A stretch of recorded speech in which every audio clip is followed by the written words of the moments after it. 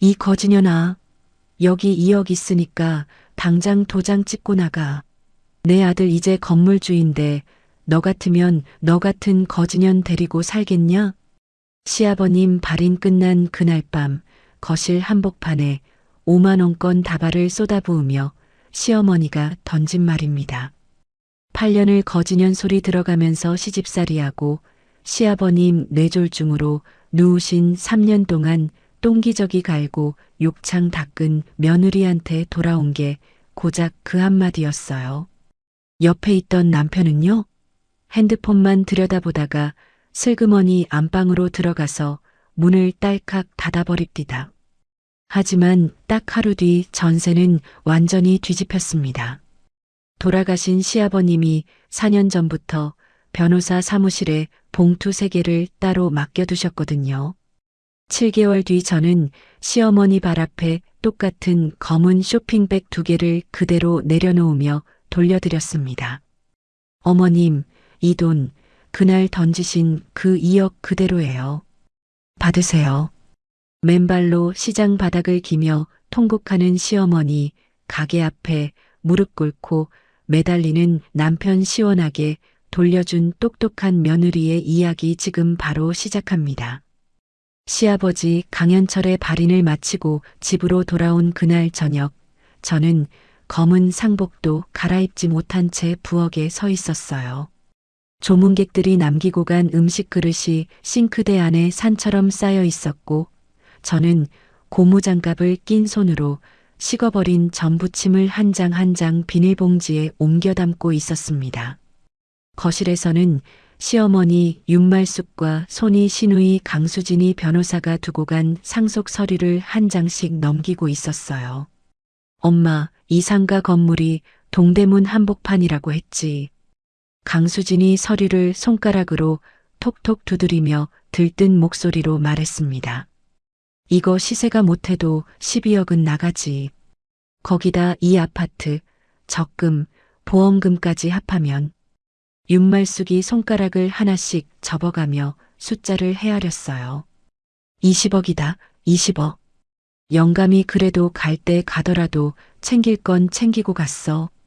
저는 그 소리를 들으며 행주로 식탁 위를 닦았어요. 시아버지가 돌아가신 지 사흘밖에 지나지 않았는데 거실에서는 이미 영정사진이 한쪽 구석으로 밀려나 있었습니다. 저는 8년 전 동네 마트에서 캐셔로 일하던 시절에 강태웅을 만났어요. 마트로 원단 샘플을 납품하러 다니던 그 사람과 결혼했고 시집 온 첫날부터 윤말숙은 저를 혼수도 변변히 못해온 거지년이라고 불렀습니다. 그래도 저는 시아버지 한 사람의 따뜻한 눈빛을 보고 그 모든 멸시를 견뎠어요. 3년 전 시아버지가 뇌졸중으로 쓰러진 뒤로는 다니던 일도 그만두고 욕창을 닦고 기저귀를 갈며 병수발을 들었습니다. 그동안 윤말숙은 개 모임에 나가느라 바빴고 강수진은 명절에나 얼굴을 비쳤죠. 밤 9시쯤이었어요. 윤말숙이 갑자기 자리에서 일어나더니 안방으로 들어갔습니다. 잠시 후 두툼한 검은색 쇼핑백 2개를 양손에 들고 나왔어요. 쇼핑백을 거실 한복판에 털썩 내려놓는 순간 5만 원권 다발이 우수수 쏟아져 나왔습니다. 강수진이 눈을 동그랗게 뜨며 입을 벌렸어요. 엄마, 진짜로 이거 다 줄 거야. 윤말숙이 발끝으로 돈뭉치를 제 쪽으로 밀어내며 턱을 치켜들었습니다. 지우야, 이리 와봐라. 저는 행주를 천천히 식탁 위에 내려놓고 거실로 걸음을 옮겼어요. 윤말숙이 돈다발을 한 번 더 발끝으로 툭 차며 말했습니다. 이거 2억이다. 깨끗하게 도장 찍고 나가라. 저는 거실 한가운데 굳어버린 듯 서 있었어요. 귀에서 윙 하는 소리가 났고 발끝부터 천천히 무언가가 식어가는 느낌이 들었습니다. 어머니, 지금 뭐라고? 우리 아들 이제 건물주야. 너 같은 거지년을 더 데리고 살 이유가 없다. 윤말숙이 가슴을 두드리며 목소리를 높였어요. 내가 마음 약해서 2억이나 챙겨주는 거다. 원래는 빈손으로 내쫓아야 정상이야. 소파에 앉아 핸드폰만 들여다보던 강태웅이 그제야 고개를 들었습니다. 저는 그 사람의 눈을 똑바로 쳐다봤어요. 8년 결혼 생활 동안 한 번도 본 적 없는 표정으로 강태웅은 시선을 피하며 자리에서 슬그머니 일어났습니다. 태웅아. 제 목소리가 떨렸어요. 태웅아, 한마디만 해줘. 강태웅이 손으로 뒷목을 만지며 안방 쪽으로 걸어갔습니다. 엄마, 진정하고. 나 잠깐 들어갔다 올게. 태웅아, 그게 무슨 소리야? 안방 문이 닫혔어요. 딸칵. 그 작은 소리가 8년 결혼 생활 동안 제가 들어본 가장 잔인한 소리가 되어 가슴에 박혔습니다. 강수진이 핸드폰을 꺼내 돈다발을 동영상으로 찍기 시작했어요. 옳게, 인생 핀 거야. 어머니 마음 변하기 전에 빨리 받고 나가. 강수진이 키득거리며 카메라 각도를 조정했습니다. 솔직히 너 같은 집안에서 시집와서 2억이 어디야. 이게 다 어머니 마음이지. 저는 강수진을 한 번, 윤말숙을 한 번 바라봤어요. 윤말숙이 팔짱을 끼며 콧방귀를 뀌었습니다. 뭘 꾸물거리냐? 도장 가져와서 찍고 가라니까. 어머니. 저는 두 손을 가만히 모았어요. 제가 8년 동안 이 집에서 어떻게 살았는지 정말 모르세요. 안다. 알지. 그래서 2억 주는 거 아니냐? 윤말숙이 코웃음을 쳤습니다. 아버님 3년 동안 누가 똥기저귀 갈았어요. 누가 욕창에 약 발랐어요. 그게 며느리 도리지. 내가 너 시집 올 때 그러라고 데려왔다. 저는 더 이상 아무 말도 하지 않았어요. 천천히 안방으로 들어가 옷장을 열었습니다. 결혼할 때 친정엄마 박순자가 사준 낡은 캐리어를 꺼냈어요. 옷 몇 벌을 챙기고 서랍 깊숙이 넣어두었던 손때 묻은 손수건 한 장을 꺼냈습니다. 시아버지가 병상에서 제 손에 쥐어주셨던 손수건이었어요. 결혼사진 액자에서 시아버지 얼굴 부분만 가위로 잘라낸 작은 사진 한 장도 챙겨 넣었습니다. 안방 문 너머에서 강태웅의 그림자가 어른거렸어요. 저는 문 앞에 서서 30초쯤 기다렸습니다. 문은 끝내 열리지 않았어요. 캐리어를 끌고 거실로 나오자 윤말숙이 손가락으로 돈뭉치를 가리켰습니다. 돈은 안 가져가냐? 필요 없습니다, 어머니. 2년 봐라. 끝까지 자존심은 살아서. 윤말숙이 혀를 차며 거실 바닥에 침을 뱉듯 말을 내뱉었어요. 저는 캐리어를 끌고 현관으로 향했습니다. 신발을 신는데 손이 떨려서 끈을 제대로 묶지 못했어요. 그 와중에 강수진이 카메라를 제 얼굴 쪽으로 들이댔습니다. 옳게 마지막으로 한마디 해봐. 어머니한테 죄송하다고. 저는 강수진의 카메라를 손등으로 천천히 밀어냈어요. 현관문 손잡이를 잡는 순간 등 뒤에서 윤말숙의 목소리가 날아왔습니다. 잘 가라, 거지년. 저는 뒤를 돌아보지 않았어요. 엘리베이터 버튼을 누르고 안으로 들어서자 거울 속에 검은 상복을 입은 제 얼굴이 비쳤습니다. 눈물은 한 방울도 나오지 않았어요. 그저 명치 한가운데가 돌덩이를 삼킨 것처럼 묵직했습니다. 자정이 가까운 시각이었어요. 저는 동대문에서 멀지 않은 재래시장 골목 끝 친정엄마가 30년간 운영해 온 반찬가게 앞에 도착했습니다.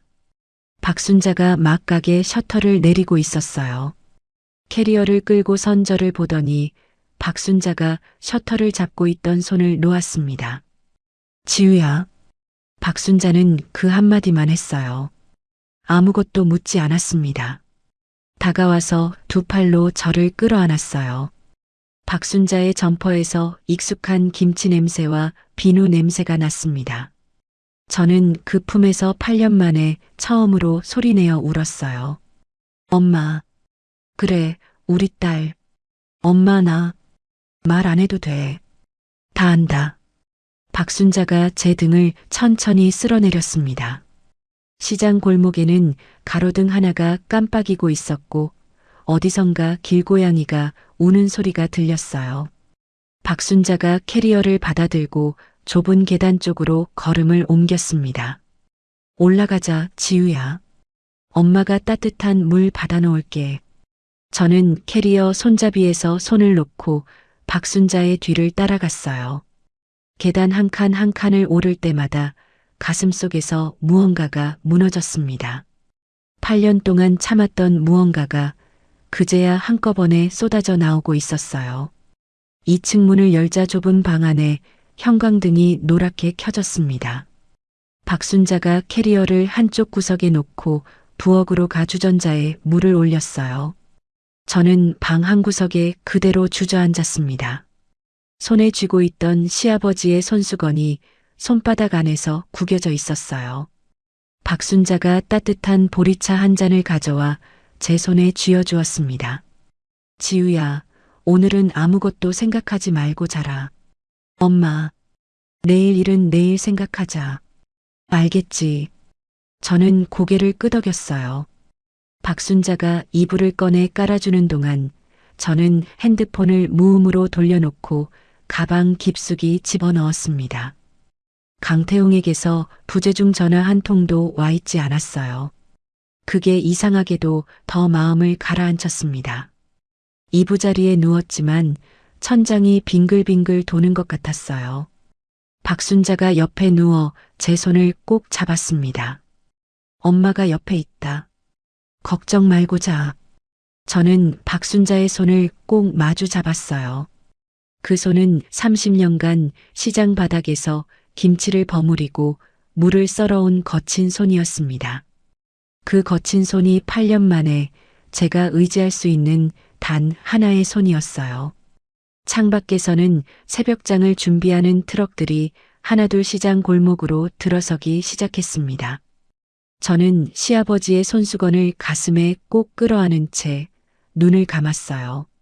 새벽 5시 30분, 저는 친정 좁은 방 한 구석에서 검은 상복도 갈아입지 못한 채 잠들어 있었어요. 시장 골목 전체가 떠나갈 듯한 비명소리가 들려온 건 그때였습니다. 지우야, 지우야. 저는 눈을 번쩍 떴어요. 창문 너머에서 누군가 반찬가게 셔터를 미친 듯이 두드리고 있었습니다. 지우야, 이 어미가 왔다. 문 열어라. 윤말숙의 목소리였어요.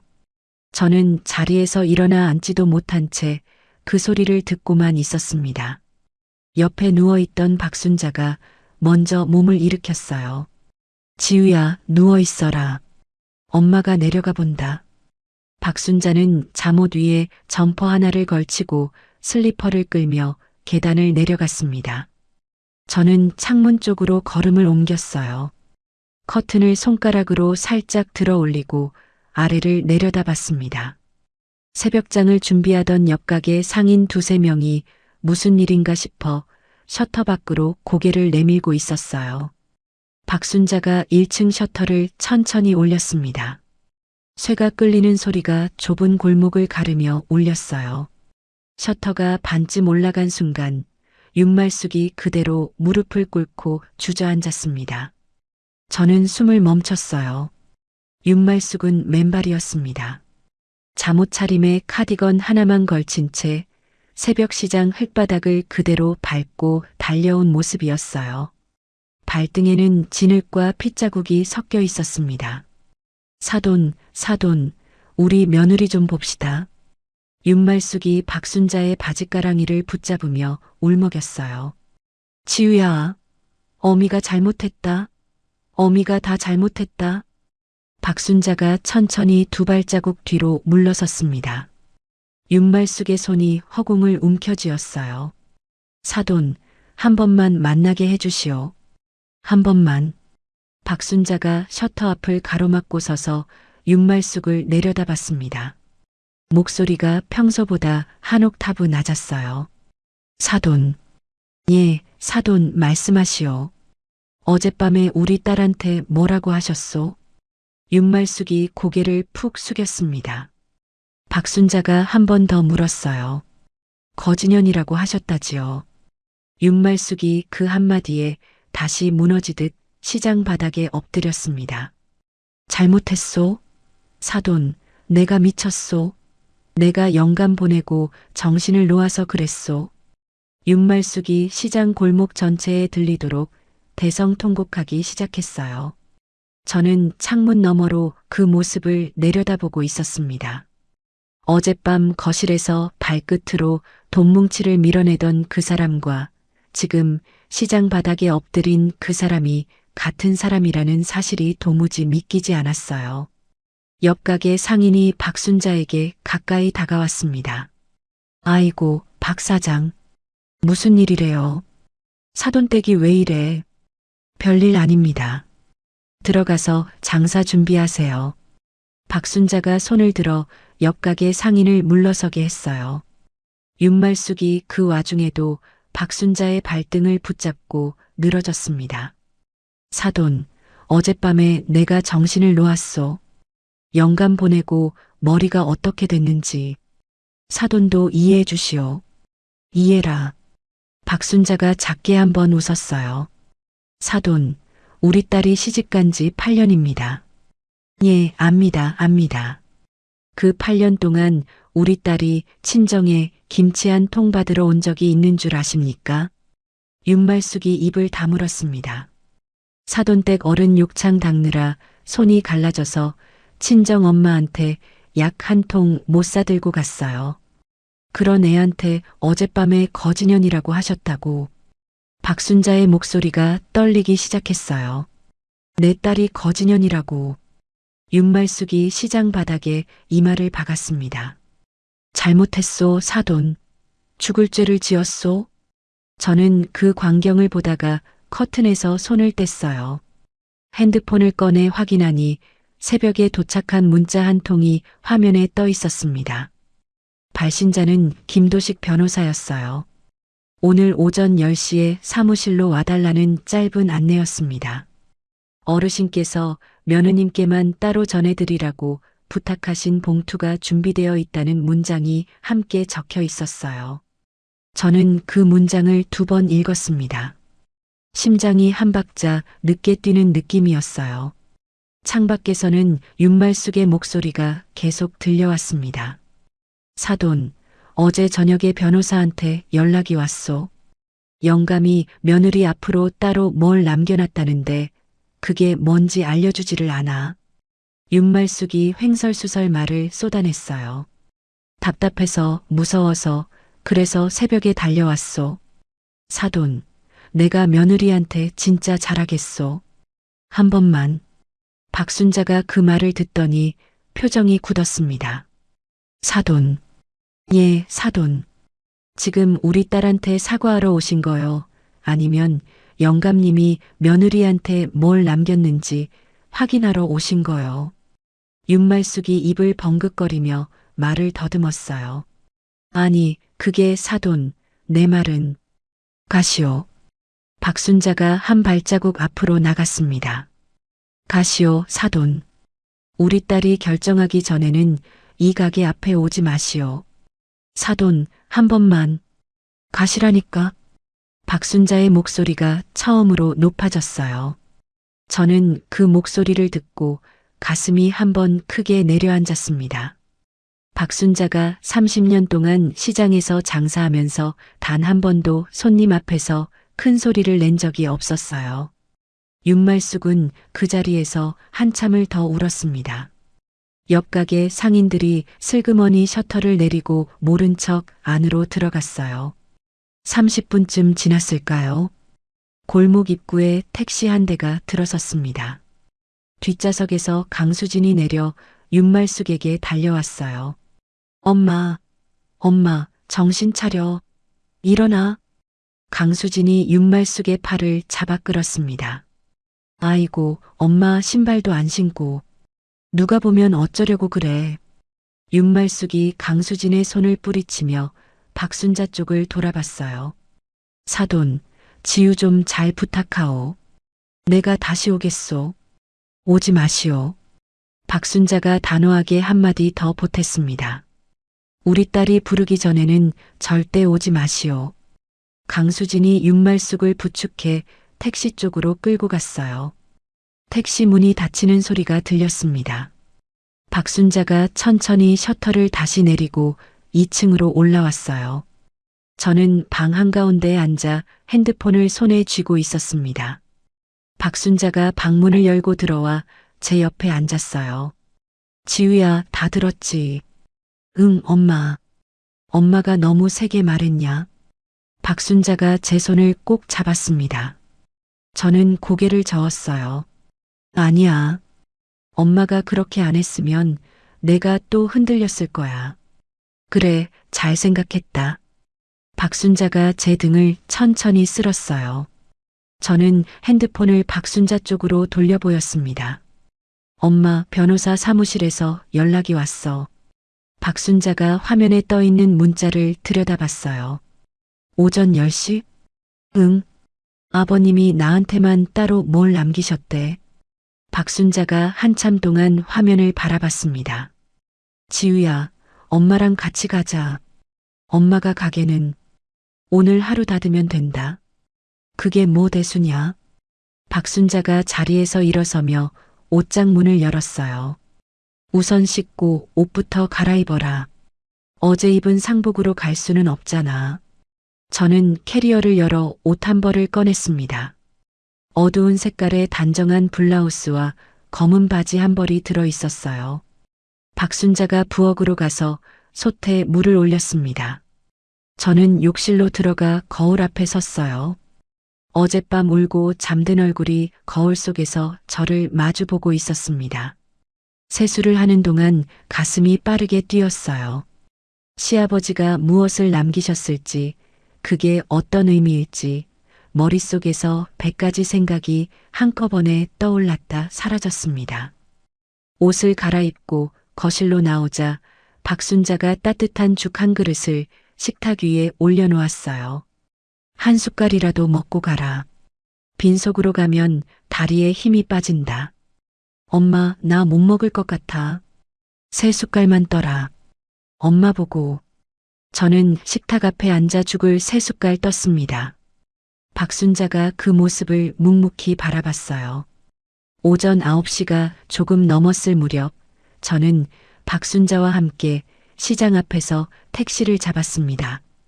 택시가 종로 방향으로 출발하는 동안 가방 안에서 핸드폰 진동이 끊임없이 울렸어요. 화면을 확인하니 강태용에게서 부재중 전화가 12통, 강수진에게서 카카오톡 메시지가 30통 넘게 쌓여 있었습니다. 저는 핸드폰을 다시 가방 깊숙이 집어넣었어요. 박순자가 옆에서 제 손을 꼭 잡았습니다. 지우야. 응, 엄마. 엄마가 살아생전에 너한테 못해준 거 많아서 미안하다. 박순자의 목소리가 잠겨 있었어요. 오늘부터는 무슨 일이 있어도 엄마가 내 옆에 있을 거다. 알겠지. 저는 박순자의 손을 마주 잡았습니다. 8년 만에 처음으로 누군가 제 등을 지켜준다는 감각이 가슴 한쪽을 따뜻하게 데웠어요. 택시는 종로 골목 어귀에서 멈췄습니다. 낡은 4층짜리 건물 입구에 김도식 법률사무소라고 적힌 작은 간판이 걸려 있었어요. 저는 박순자와 함께 1층 로비로 들어섰습니다. 엘리베이터 버튼을 누르는 손끝이 미세하게 떨렸어요. 문이 열렸고 저는 박순자의 손을 놓지 않은 채 안으로 걸음을 옮겼습니다. 엘리베이터가 3층에서 멈췄어요. 복도 끝에 김도식 법률사무소라고 적힌 유리문이 보였습니다. 저는 박순자의 손을 한 번 더 꼭 잡고 문을 밀었어요. 안에서 머리가 희끗희끗한 노년의 남자가 자리에서 일어났습니다. 며느님, 어서 오십시오.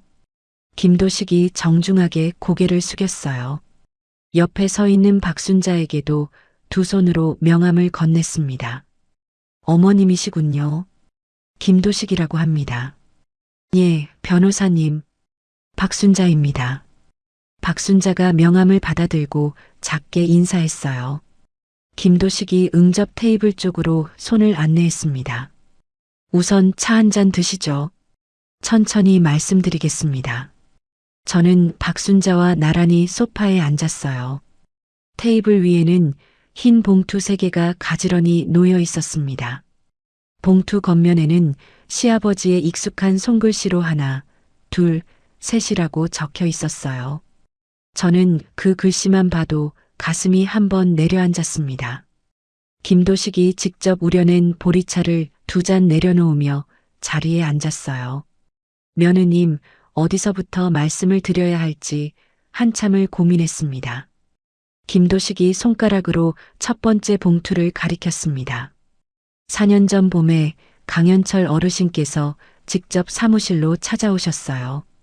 저는 무릎 위에 손을 모은 채 김도식을 바라봤어요. 증인 2분을 모시고 공증 유언장을 작성하셨습니다. 그때 어르신께서 며느님 이야기를 1시간 넘게 하셨어요. 아버님이요. 예. 본인이 쓰러지면 며느님 인생이 어떻게 될지 가장 걱정된다고 하셨습니다. 김도식이 첫 번째 봉투를 열었어요. 두툼한 서류 한 묶음이 나왔습니다. 본문에는 전 재산을 아들 강태웅 앞으로 단독 상속한다고 되어 있습니다. 네. 그런데 그 아래에 별도 조항이 있어요. 김도식이 손가락으로 한 줄을 짚었습니다. 저는 그쪽으로 시선을 옮겼어요. 동대문 상가 건물 1층과 2층의 절반 지분을 며느님 서지우 앞으로 따로 떼어드린다. 그리고 별도 통장 하나를 며느님 단독 명의로 이전한다고 적혀 있습니다. 박순자가 옆에서 입을 손으로 가렸어요. 변호사님, 그게... 예, 어머님. 어르신께서 며느님께만 따로 남기신 몫입니다. 저는 그 자리에서 숨을 한번 길게 내쉬었습니다. 김도식이 2번째 봉투를 열었어요. 작은 통장 한 권이 나왔습니다. 이건 어르신께서 쓰러지신 뒤로 3년 동안 매달 한 푼도 빠짐없이 입금하신 통장입니다. 김도식이 통장을 펼쳐 제 앞에 놓아주었어요. 저는 통장에 찍힌 숫자를 들여다봤습니다. 매달 같은 날짜에 같은 금액이 또박또박 입금되어 있었어요. 어르신께서는 이 돈을 간병보수라고 부르셨습니다. 간병보수요? 예. 며느님이 본인을 간병하는 동안 정당한 노동의 대가를 한 푼도 못 받고 있다고, 본인이라도 챙겨드려야 한다고. 저는 통장을 손에 쥔 채 말을 잇지 못했어요. 총 8천만 원이 조금 안 됩니다. 증여 절차까지 미리 다 맞춰두셨기 때문에 며느님 명의로 이전하는데 아무 절차가 필요 없습니다. 박순자가 손수건을 꺼내 입을 막았어요. 저는 통장을 가만히 테이블 위에 내려놓았습니다. 변호사님, 예, 며느님, 아버님이 정말로요.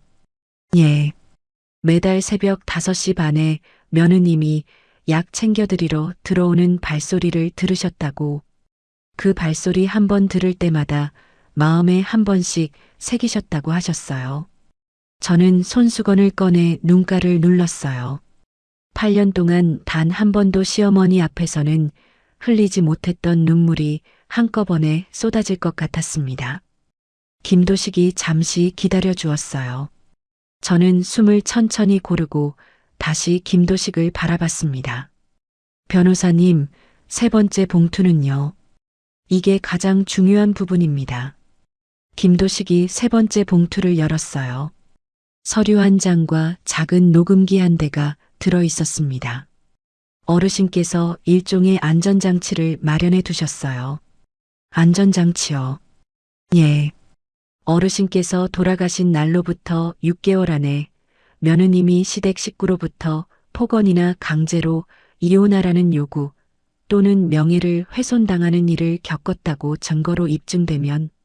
김도식이 잠시 말을 멈췄어요.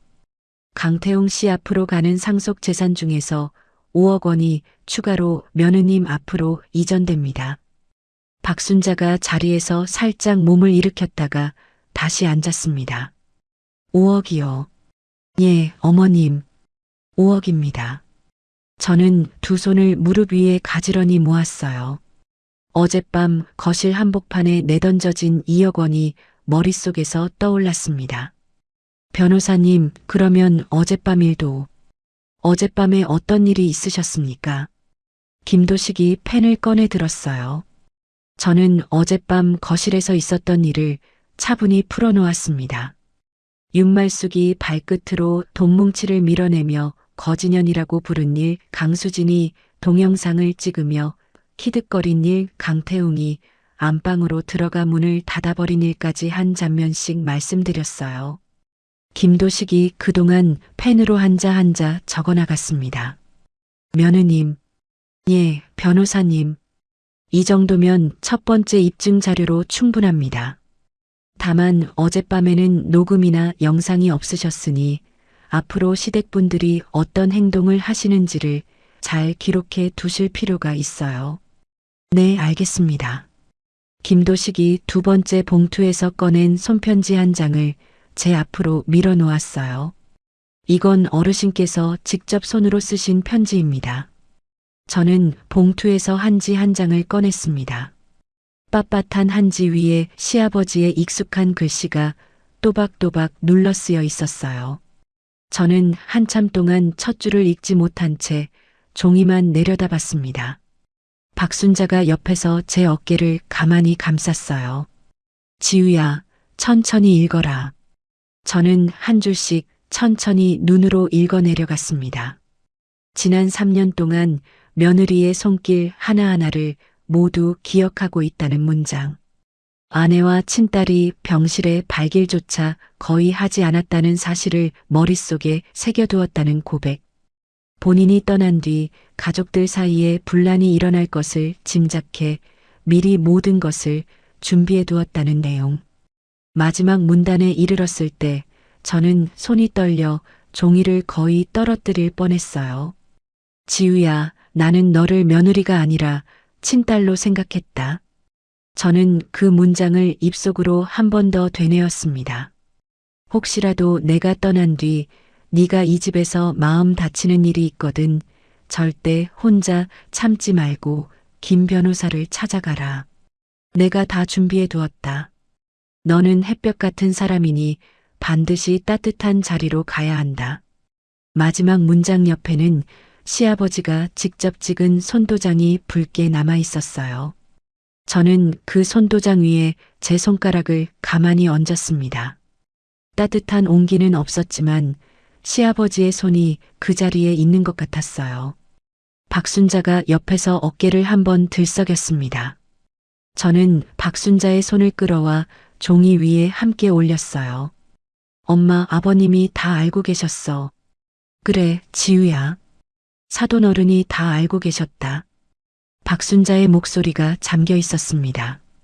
김도식이 잠시 자리를 비켜주었어요. 저와 박순자는 한참 동안 그 손편지를 함께 들여다봤습니다. 5분쯤 지났을까요? 김도식이 다시 자리로 돌아와 세 번째 봉투에서 꺼낸 작은 녹음기를 손에 들었어요. 며느님. 네, 변호사님. 이건 어르신께서 병상 머리맡에 늘 두셨던 녹음기입니다. 녹음기요. 예. 보호자 호출벨 옆에 함께 두셨어요. 의식이 또렷하실 때마다 직접 켜고 끄셨다고 합니다. 저는 그 녹음기를 가만히 바라봤습니다. 손바닥보다 조금 큰 검은색 녹음기였어요. 며느님이 들으시기에 좀 힘드실 수도 있습니다. 한번 들어보시겠어요? 네, 들어보겠습니다. 김도식이 재생 버튼을 눌렀습니다. 처음에는 병원 복도의 발자국 소리가 들려왔어요. 이어서 윤말숙과 강수진의 목소리가 또렷한 음질로 흘러나왔습니다. 엄마, 영감 저거 언제 가? 강수진의 목소리였어요. 내가 그걸 어떻게 아냐? 의사가 길어야 6개월이라더라. 6개월? 그동안 저 상가 건물은 어떻게 되는 거야? 걱정 마라. 영감 가면 다 우리 거다. 옳게 저거 진짜 끈질겨. 영감 옆에 붙어서 안 떨어지네. 내버려둬라. 똥기저귀 갈아주는 것도 누가 하냐? 우리가 하냐? 녹음 속에서 두 사람이 함께 키득거렸어요. 박순자가 손수건을 입에 대고 어깨를 들썩였습니다. 저는 두 손을 무릎 위에 꽉 모은 채 그 소리를 끝까지 들었어요. 녹음기가 멈췄을 때 사무실 안에 무거운 침묵이 흘렀습니다. 저는 한참 동안 아무 말도 하지 못했어요. 시아버지가 침상에 누운 채 그 모든 소리를 들으면서도 제 앞에서는 단 한 번도 내색하지 않으셨다는 사실이 가슴 한복판을 무너뜨렸습니다. 8년 결혼 생활 동안 참아왔던 모든 감정이 한꺼번에 쏟아져 나왔어요. 저는 손수건을 두 손으로 감싸 쥔 채 한참을 흐느꼈습니다. 박순자가 제 등을 천천히 쓸어내렸어요. 김도식이 조용히 자리에서 일어나 창가로 걸음을 옮겼습니다. 10분쯤 지나서 저는 겨우 호흡을 가다듬었어요. 김도식이 다시 자리로 돌아와 두꺼운 서류 한 부를 제 앞에 내려놓았습니다. 며느님, 네, 변호사님. 어르신께서 며느님이 결정만 하신다면 언제든 발동시킬 수 있도록 모든 법적 절차를 완비해 두셨습니다. 결정이요. 예. 이혼을 하실지 아니면 그대로 결혼 생활을 유지하실지, 추가 유증 5억을 청구하실지 모든 결정이 며느님 손에 달려 있어요. 저는 그 서류를 두 손으로 받아들었습니다. 8년 동안 누구의 결정도 제 손에 쥐어진 적이 없었어요. 시집간 뒤로는 늘 윤말숙이 결정했고 강태웅은 늘 윤말숙 뒤에 숨었습니다. 저는 그저 따라가는 사람이었어요. 처음으로 제 인생의 주도권이 제 손에 쥐어졌다는 사실이 무겁고 또 따뜻하게 가슴에 내려앉았습니다. 저는 서류를 가방 안에 천천히 넣었어요. 변호사님, 예, 며느님. 제가 며칠만 생각해보고 다시 연락드려도 될까요? 물론입니다. 천천히 결정하세요. 어르신께서 4년을 기다리셨으니 며느님이 며칠 더 기다리는 건 아무 문제가 안 됩니다. 김도식이 처음으로 작게 미소를 지었어요. 저는 박순자와 함께 자리에서 일어났습니다. 사무실 문을 나서면서 가방 안의 서류 무게가 어깨를 묵직하게 눌렀어요. 엘리베이터를 기다리는 동안 박순자가 제 손을 다시 꼭 잡았습니다. 지우야, 우선 집에 가서 한숨 자자. 응, 엄마. 엘리베이터 문이 열렸어요. 저는 그 안으로 한 걸음 들여놓으며 가방 깊숙이 넣어둔 시아버지의 손편지를 한 번 더 손으로 만져봤습니다. 변호사 사무실에서 나와 친정으로 돌아오는 택시 안에서 저는 가방 안에 넣어둔 핸드폰을 꺼냈어요. 화면을 켜자 부재중 전화 27통이 화면을 가득 채우고 있었습니다. 전부 강태웅이었어요. 마지막에 도착한 문자 한 통이 화면 위에 떠 있었습니다. 여보, 어머니가 잘못했대. 한 번만 집에 와줘. 내가 무릎 꿇고 빌게. 저는 그 문장을 한 번 읽고 핸드폰을 도로 가방 안에 집어넣었어요. 박순자가 옆에서 제 얼굴을 살폈습니다. 누구냐? 태웅 씨, 뭐라더냐? 무릎 꿇고 빌겠대. 박순자가 코웃음을 한 번 쳤어요. 그 사람이 무릎 꿇을 줄을 안다고. 저는 창밖으로 시선을 돌렸습니다. 그 시각 시댁 아파트 거실에서는 어떤 일이 벌어지고 있었을지 저는 이미 짐작이 가고 있었어요.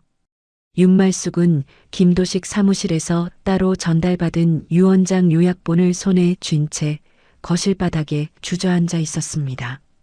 강수진이 그 옆에 쪼그려 앉아 어머니의 어깨를 흔들고 있었어요. 엄마, 정신 좀 차려. 이게 무슨 소리야? 엄마, 그러게 왜 어제 그 2억을 던졌어? 가만히 있었으면 이런 일도 없었잖아. 강수진이 짜증을 가득 담은 목소리로 어머니를 몰아붙였습니다. 엄마 때문이야. 이게 다 엄마 때문이라고. 윤말숙이 종이를 구겨 쥐며 입술을 떨었어요. 수진아, 너는 가만히 있어라. 너도 어제 옆에서 동영상까지 찍지 않았느냐? 그건 엄마가 시킨 거잖아. 강수진이 자리에서 벌떡 일어서며 손을 휘저었습니다. 엄마가 던지라고 해서 던졌고 엄마가 찍으라고 해서 찍었잖아. 인연이 못하는 소리가 없다. 어떡할 거야 이제. 동생 앞으로 가는 그 5억 그게 다 며느리 거 된다잖아. 거실 한복판에서 모녀가 머리채를 잡기 일보 직전이었어요. 그 광경을 안방 문 앞에 서서 바라보던 강태웅이 손바닥으로 얼굴을 한번 쓸어내렸습니다. 강태웅은 그 길로 옷장에서 외출복을 꺼냈어요. 회사에 반차를 낸 채 시댁으로 달려와 어머니와 누나의 싸움을 30분 가까이 지켜본 참이었습니다. 자신의 상속분 중에서 5억이 자친 며느리에게 추가로 넘어갈 수 있다는 사실이 그제야 머릿속에 또렷이 들어온 거였어요. 강태웅은 백화점에 들러 한과 세트와 홍삼 박스를 사고 시장에서 큰 과일 상자 2개를 트렁크에 실은 채 친정 반찬 가게 앞으로 차를 몰았습니다. 저는 그 시각 친정 2층에서 박순자가 끓여준 칼국수 한 그릇을 앞에 두고 있었어요. 가게 앞에서 검은색 SUV 한 대가 멈추는 소리가 들렸습니다. 박순자가 창문 너머를 한번 내다보더니 인상을 찌푸렸어요. 김서방이다. 지우야, 어떡할 거냐? 내려가 볼 거냐? 저는 숟가락을 내려놓고 잠시 생각했습니다. 엄마, 내가 직접 듣고 직접 끝낼게. 박순자가 고개를 끄덕였어요. 엄마는 1층에서 같이 있으마. 혼자 두지는 않는다. 저는 계단을 천천히 내려갔습니다. 가게 안으로 들어서자 강태웅이 양손에 쇼핑백을 가득 든 채 어색한 웃음을 짓고 있었어요. 지우야. 저는 카운터 안쪽으로 들어가 박순자 옆에 섰습니다. 박순자가 카운터에 2팔을 짚은 채 강태웅을 올려다봤어요. 김서방. 어머님, 안녕하셨어요. 안녕할 리가 있나, 김서방. 박순자의 목소리가 차분했지만 한마디 한마디가 얼음장 같았어요.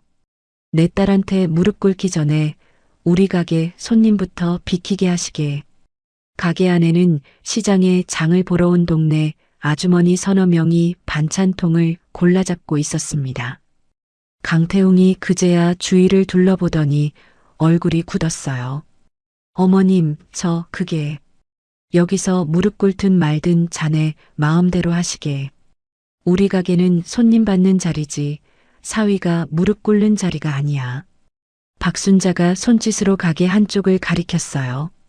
강태웅이 잠시 머뭇거리다가 들고 있던 쇼핑백을 가게 바닥에 내려놓았습니다. 그리고는 그대로 무릎을 꿇었어요.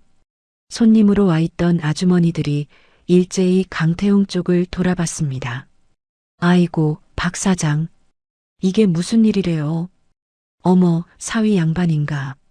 수군거리는 소리가 가게 안을 가득 채웠어요. 저는 카운터 안쪽에서 2 손을 가만히 모은 채 강태웅을 내려다봤습니다. 8년 결혼 생활 동안 단 한 번도 본 적 없는 모습이었어요. 평생 자존심 하나로 살아온 그 사람이 시장 한복판에서 머리를 바닥에 박고 있었습니다. 지우야, 내가 다 잘못했다. 강태웅이 떨리는 목소리로 말을 꺼냈어요. 어머니랑 누나는 내가 정리할게. 정말이야. 태웅 씨. 저는 카운터 밖으로 천천히 걸음을 옮겼습니다. 태웅 씨가 정리한다는 게 무슨 뜻이야? 내가 어머니랑 거리 두고 누나도 더 이상 집에 못 오게 하고 그게 다야. 강태웅이 고개를 들지 못한 채 어깨만 들썩였어요. 태웅 씨, 어제 안방 문 닫을 때 무슨 생각했어? 지우야, 그건 어머니가 거실에서 나한테 거지년이라고 할 때 태웅 씨는 핸드폰만 보고 있었지. 저는 한 발자국 앞으로 더 다가갔습니다. 내가 캐리어 끌고 나갈 때까지 안방 문은 한 번도 안 열렸어. 태웅 씨, 그건 어떻게 정리할 거야?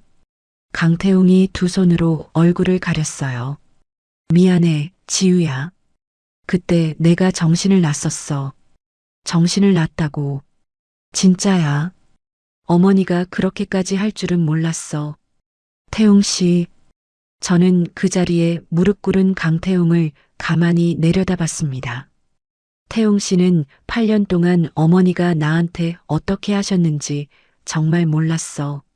내가 한 번이라도 어머니 얘기 꺼냈을 때 태웅 씨가 뭐라고 했는지 기억나? 어머니니까 참아라. 그게 8년 동안 들은 전부야. 가게 앞 골목 입구에서 택시 한 대가 다시 멈춰 섰어요. 뒷좌석 문이 열리고 강수진이 내렸습니다. 강수진은 가게 안으로 들어서기 전에 머리를 한번 매만지더니 입꼬리를 어색하게 끌어올렸어요. 올케. 저는 강수진 쪽으로 시선을 옮겼습니다. 올케야, 우리가 좀 심했다. 그래도 한 가족인데 좋은 게 좋은 거 아니냐? 강수진의 목소리가 평소와 다르게 한 톤 부드러웠어요. 평생 단 한 번도 그렇게 말해본 적이 없는 사람이 어색하게 목소리를 굴리고 있었습니다. 그 유언장 내용 말이다. 우리끼리 조용히 정리하자. 어머니도 정신 놓고 그러신 거지. 본심이 아니야. 저는 강수진의 얼굴을 똑바로 바라봤어요. 형님. 올케야. 어제 거실에서 동영상 찍으면서 키득거리신 것도 본심이 아니에요. 강수진의 얼굴이 살짝 굳었습니다. 내 인생 핀 거라고 하셨잖아요. 어머니 마음 변하기 전에 빨리 받고 나가라고. 올케, 그건. 형님, 8년 동안 한 번도 부드럽게 부르신 적 없는 호칭을 오늘에서야 굴리시네요. 강수진이 입을 벙긋거리며 말을 더듬었어요. 저는 무릎 꿇은 강태웅 앞에 한 번 더 시선을 내렸습니다. 박순자가 카운터 뒤에서 작게 한숨을 내쉬는 소리가 들렸어요. 손님, 아주머니들이 숨을 죽인 채 저를 바라보고 있었습니다. 저는 두 손을 다시 모으고 8년 동안 한 번도 입 밖에 내본 적 없는 문장을 입에 올렸어요. 태웅 씨, 우리 그만하자. 강태웅의 어깨가 한 번 크게 들썩였습니다.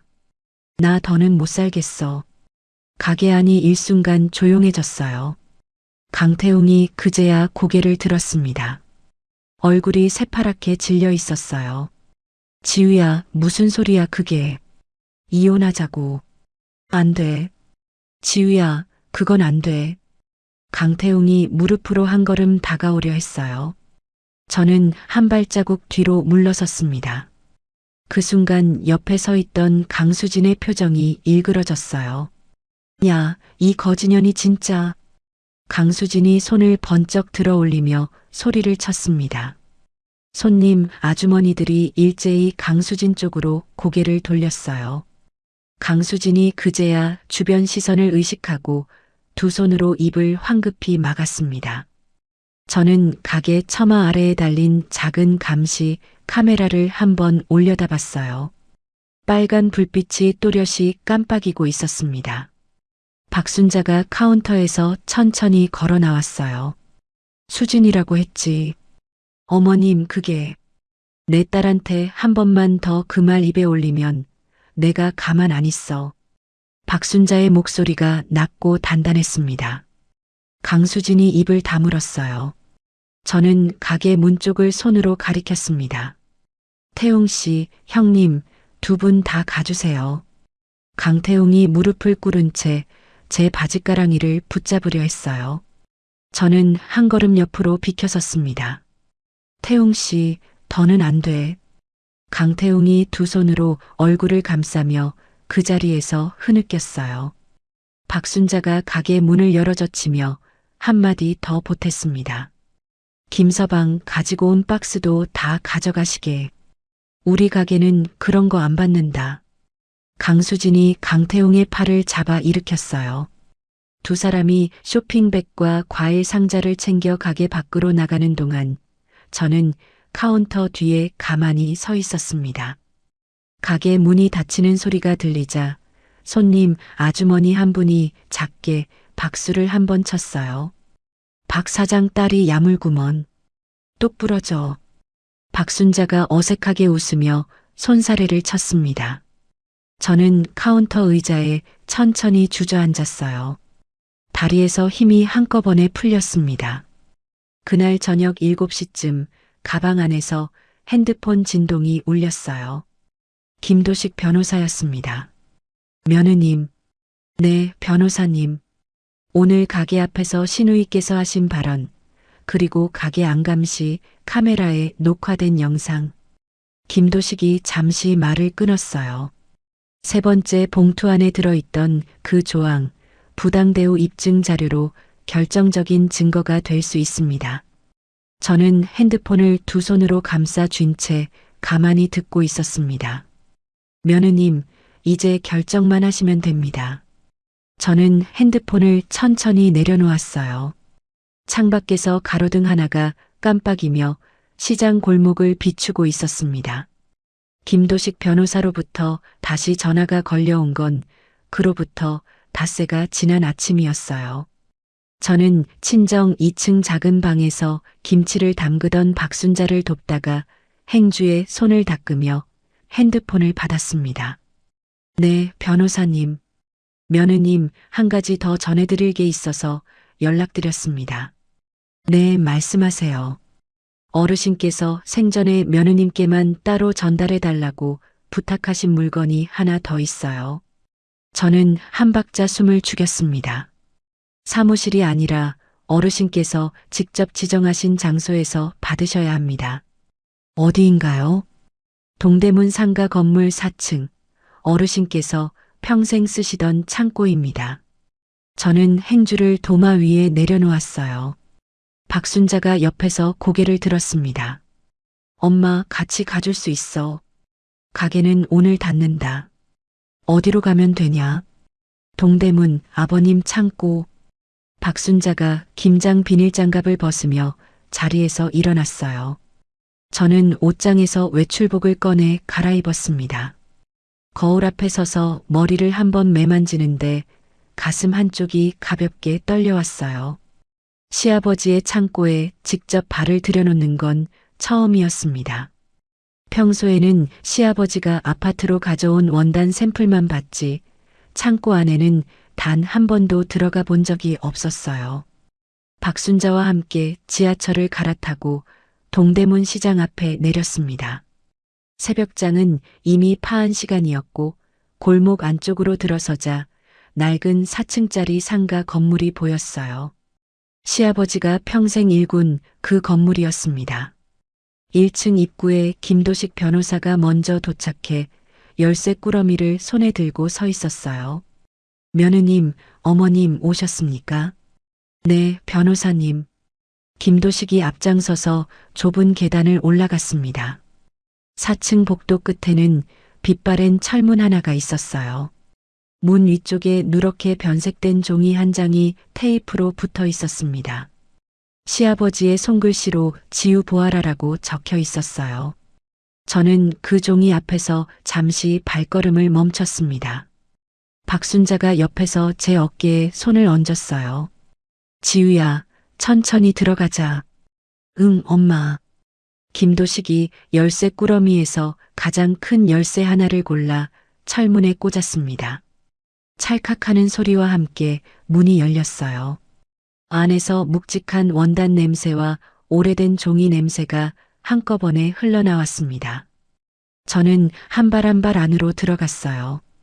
창고 한쪽 벽면에는 시아버지가 30년 가까이 거래해 온 원단 장부와 거래처 명함이 빼곡히 정리되어 있었습니다. 장부 한 권 한 권에는 연도가 손글씨로 또박또박 적혀 있었어요. 저는 그중 한 권을 손가락 끝으로 가볍게 만져봤습니다. 시아버지의 손때가 묻은 종이가 부드럽게 휘어졌어요. 창고 한가운데에는 낡은 철제 금고 하나가 놓여 있었습니다. 김도식이 그 앞에 무릎을 굽혀 앉았어요. 며느님, 어르신께서 메모를 남기셨습니다. 김도식이 안주머니에서 작은 쪽지 하나를 꺼냈습니다. 비밀번호로 며느님 생일 4자리를 누르라고 하셨어요. 저는 한 박자 숨을 멈췄습니다. 김도식이 천천히 다이얼을 돌렸어요. 제 생일 4자리가 차례로 맞춰지는 동안 저는 두 손을 모은 채 그 모습을 바라보고 있었습니다. 마지막 숫자가 맞춰지자 철컥하는 소리가 났어요. 김도식이 금고 문을 천천히 열었습니다. 안에는 두툼한 서류 봉투 하나와 손편지 한 통이 가지런히 놓여 있었어요. 김도식이 서류 봉투를 먼저 꺼내 제 앞에 내밀었습니다. 이게 무엇이죠, 변호사님? 부동산 등기부등본입니다. 저는 봉투를 받아들었어요. 손가락이 미세하게 떨렸습니다. 봉투 안에서 두꺼운 서류 묶음이 나왔어요. 경기도 외곽에 있는 임야 1200평입니다. 김도식이 차분하게 설명을 시작했습니다. 어르신께서 12년 전에 헐값에 사두신 땅이에요. 그땐 정말 아무도 안 거들떠보는 산자락이었습니다. 네. 그런데 최근에 그 일대가 신도시 개발 후보지로 거론되면서 시세가 6억 원 선까지 올랐습니다. 박순자가 옆에서 입을 손으로 가렸어요. 6억이요. 네, 어머님. 6억입니다. 저는 등기서류 첫 장을 펼쳤습니다. 소유자 이름란에 또렷이 서지우라고 인쇄되어 있었어요. 저는 그 이름을 2번, 3번 들여다봤습니다. 변호사님, 이건 며느님, 이 땅은 5년 전에 이미 어르신으로부터 며느님 단독 명의로 정식 증여 절차를 거쳐서 이전된 땅입니다. 5년 전이요. 네. 그때 어르신께서 증여세 신고와 납부까지 모두 마치셨어요. 법적으로 완벽히 며느님 개인 재산이고 명의 이전 시점이 5년이 지났기 때문에 시댁 식구들이 나중에 돌려달라고 청구할 수도 없습니다. 저는 그 자리에 그대로 주저앉을 뻔했어요. 박순자가 제 팔을 잡아 부축했습니다. 지우야, 괜찮냐? 엄마, 아버님이 5년 전부터 알고 계셨어, 엄마. 저는 등기 서류를 가슴에 끌어안았어요. 5년 전이면 시아버지가 쓰러지시기 2년 전이었습니다. 그때까지만 해도 시아버지는 새벽장에 직접 나가시던 분이었어요. 저는 그 시절 매일 새벽 5시 반에 시아버지의 아침상을 챙겨드렸습니다. 김도식이 금고 안에 남아있던 손편지 한 통을 꺼내 제게 건넸어요. 저는 떨리는 손으로 봉투를 열었습니다. 지난번 변호사 사무실에서 받은 한지보다 한 장 더 두꺼운 종이였어요. 겉면에는 지우에게 2번째 편지라고 적혀 있었습니다. 저는 한 줄씩 천천히 눈으로 읽어내려갔어요. 지우야, 이 편지를 읽고 있다면 네가 정말 힘든 시간을 지나고 있다는 뜻일 거다.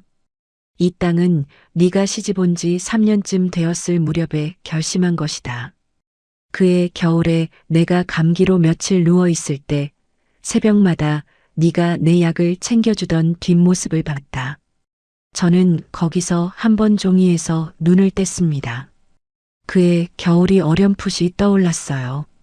시아버지가 독감으로 일주일을 누워 계셨고 윤말숙은 개 모임을 핑계로 매일 밖으로 나가 있었습니다.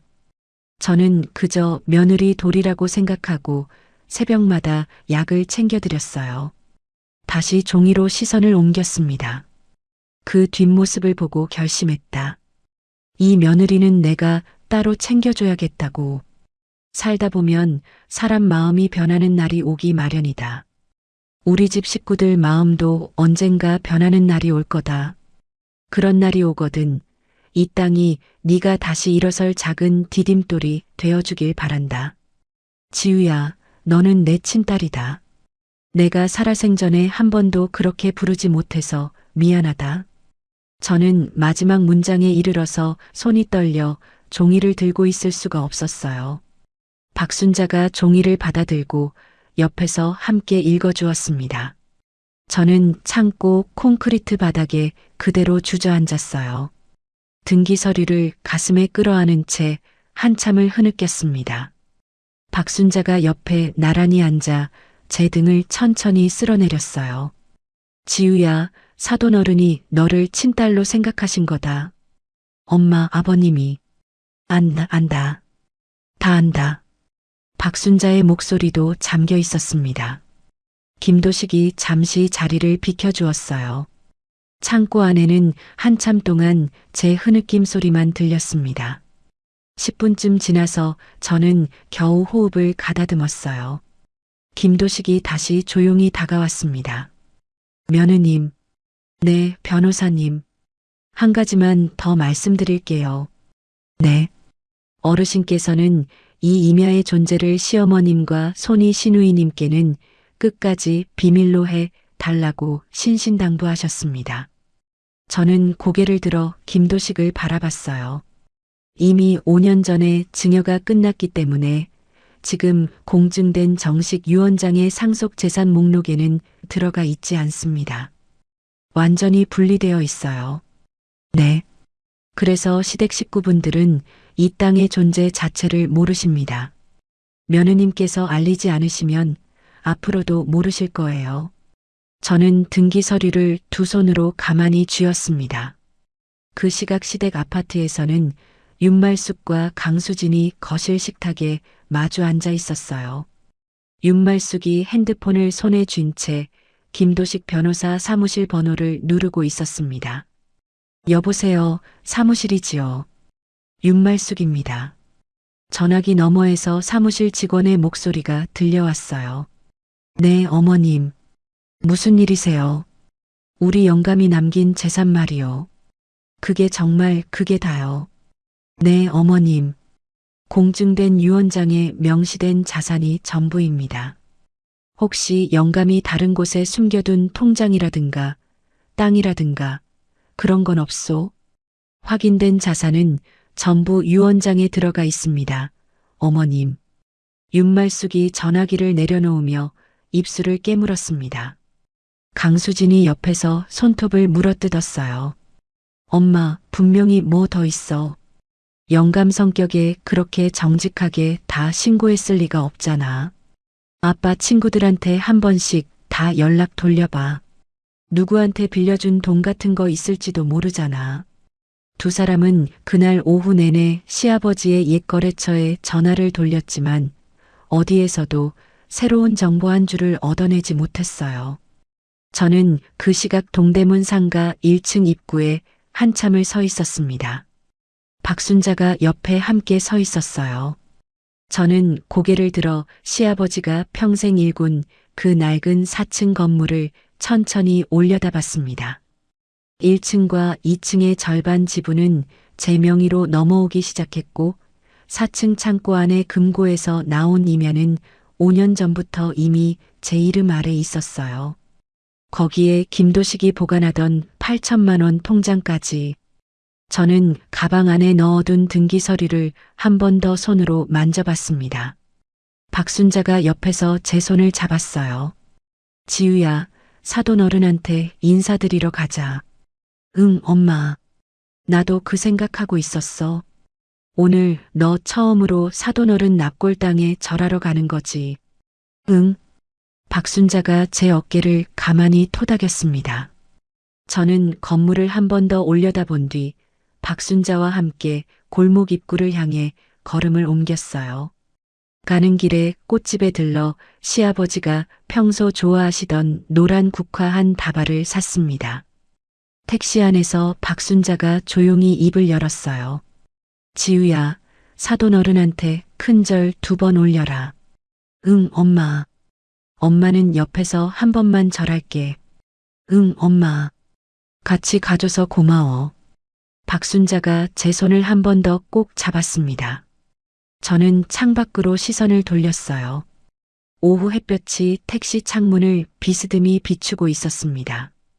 햇볕이라는 단어가 머릿속에서 맴돌았어요.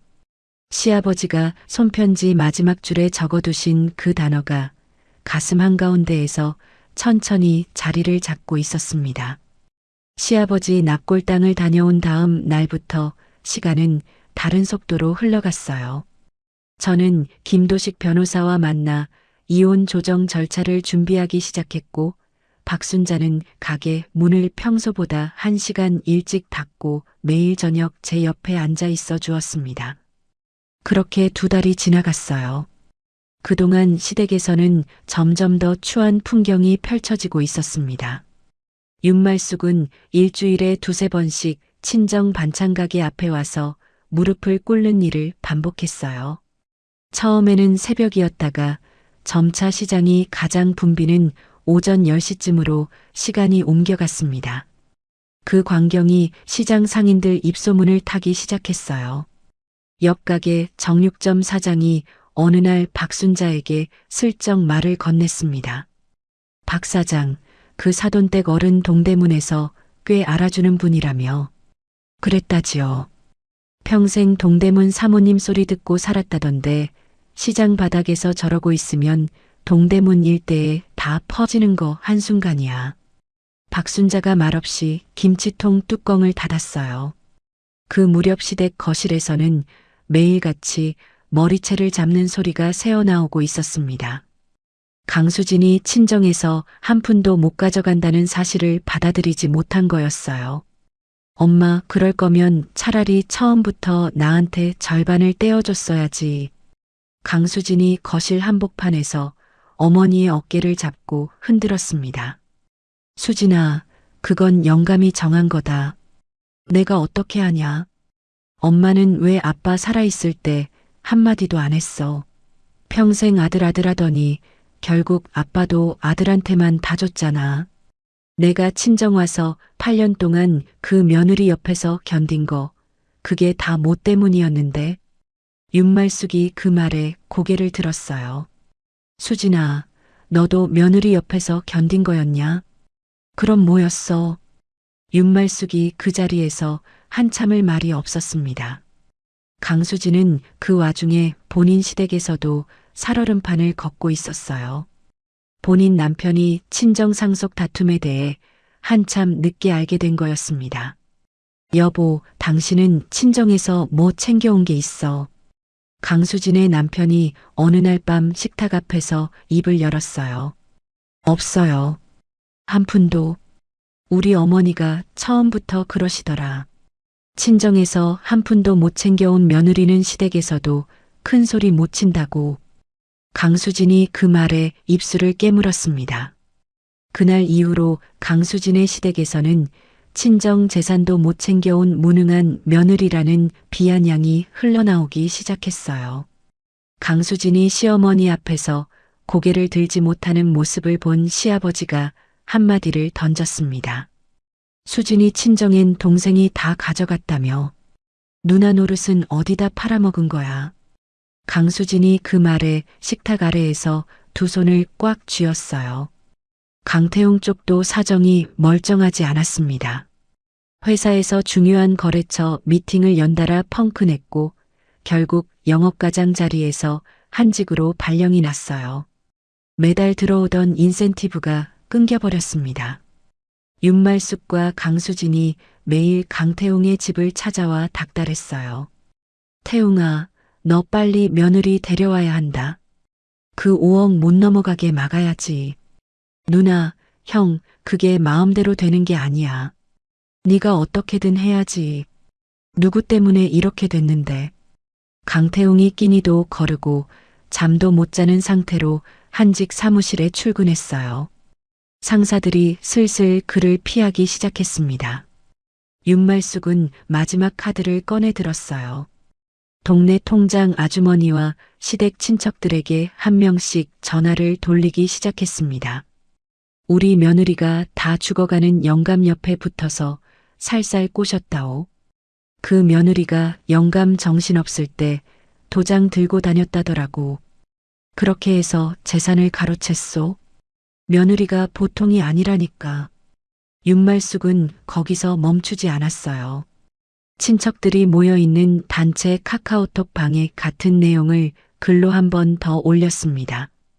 긴 글을 새벽 2시쯤 길게 올려두고 다음 날 아침에 다시 한번 비슷한 글을 덧붙이는 식이었어요. 소문은 시장 골목까지 흘러들어갔습니다. 박순자의 반찬 가게 단골 손님들이 하나둘 발길을 끊기 시작했어요. 평소 매일 들르던 동네 할머니 한 분이 가게 앞을 지나가다가 흠칫 멈춰 섰습니다. 박 사장, 잠깐만. 네, 어머님.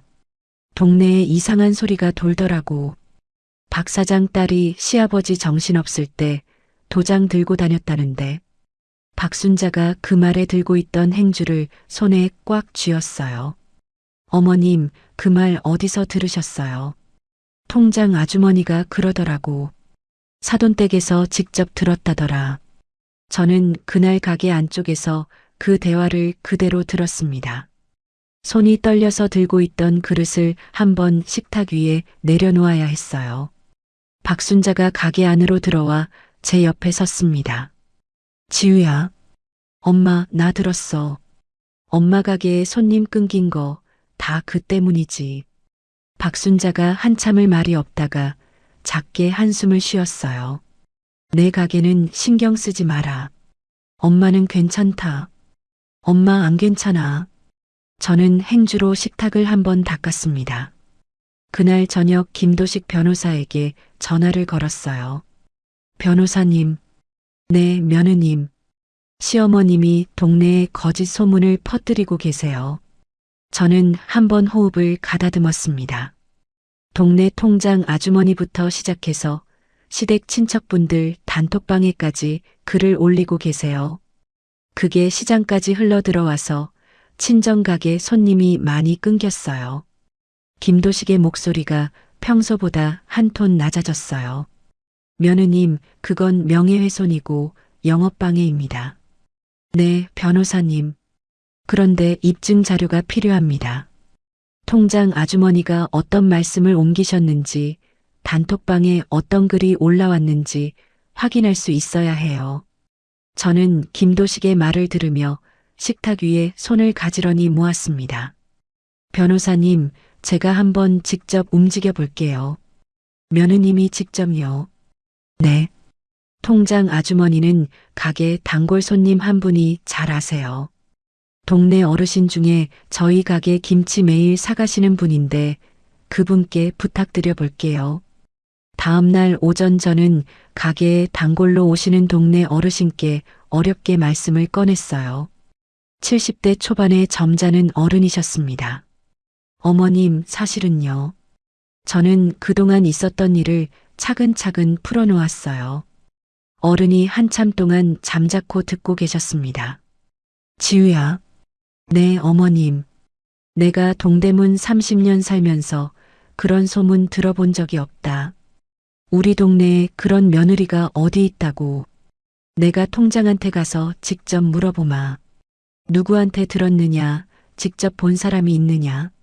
저는 두 손을 모으며 깊이 고개를 숙였어요. 감사합니다, 어머님. 감사할 거 없다. 내가 자식 키우는 어미로서 가만 못 본다. 어른은 그날 오후 통장 아주머니를 찾아가 자초지종을 캐물으셨어요. 통장 아주머니가 처음에는 발뺌하다가 어른의 거듭된 추궁에 결국 윤말숙으로부터 직접 들었다고 털어놓았습니다. 어른이 그 대화 내용을 그대로 기억해 두셨다가 그 길로 가게로 다시 오셨어요. 지우야, 내가 들은 대로 종이에 적어줄까? 어머님, 그래 주시면 정말 감사합니다. 저는 깨끗한 종이 한 장과 펜을 어른께 내어드렸어요. 어른이 식탁 앞에 앉아 또박또박 손글씨로 들은 내용을 적어 내려가셨습니다. 마지막에 본인 이름과 연락처까지 적고 도장 자리에 손도장을 찍어주셨어요. 이거 변호사한테 줘라. 내가 법원에 가야 하면 가마. 어머님, 감사합니다. 정말 감사합니다. 어른이 손사래를 치며 자리에서 일어나셨어요. 감사할 거 없다니까. 내가 동네에서 살면서 이런 거짓말이 도는 게 더 부끄러운 거지. 저는 어른의 진술서를 두 손으로 받아들었습니다. 단톡방 자료는 다른 경로로 풀렸어요. 이혼 조정 첫 기일을 준비하는 과정에서 김도식 변호사가 정식으로 시댁 측에 자료 제출을 요구하는 절차를 밟았습니다. 법적으로 시댁이 응할 수밖에 없는 상황이었어요. 그 과정에서 윤말숙이 친척 단톡방에 직접 입력한 메시지가 캡처본으로 함께 제출되었습니다. 새벽 2시에 올린 긴 글, 다음날 아침에 덧붙인 짧은 글, 그리고 친척들이 단톡방 안에서 주고받은 대화까지. 김도식이 사무실로 와서 정리된 자료를 보여주었어요. 며느님, 이만하면 입증이 충분합니다. 네, 변호사님. 명예훼손과 영업방해로 정식 고소장을 제출하고 손해배상 청구 절차도 함께 들어가겠습니다. 저는 두 손을 무릎 위에 모은 채 천천히 고개를 끄덕였어요. 한편 강수진은 그 무렵 친정에서 마지막으로 챙길 수 있는 것이라도 챙겨야겠다고 마음먹은 모양이었습니다. 시아버지가 살아생전에 쓰시던 금고를 노린 거였어요. 어느 날 오후 윤말숙이 외출한 사이 강수진이 친정 현관문을 열고 들어갔습니다. 안방 옷장 깊숙이 보관되어 있던 금부치와 시계, 그리고 시아버지가 평생 모아온 30돈짜리 금두꺼비까지 모두 가방에 쓸어 담았어요. 가방을 끌고 현관을 나서려는 순간 윤말숙이 마트 봉지를 들고 그대로 마주쳤습니다. 수진아, 너 그게 다 뭐냐? 엄마, 이거. 아니, 그게. 인연이 진짜.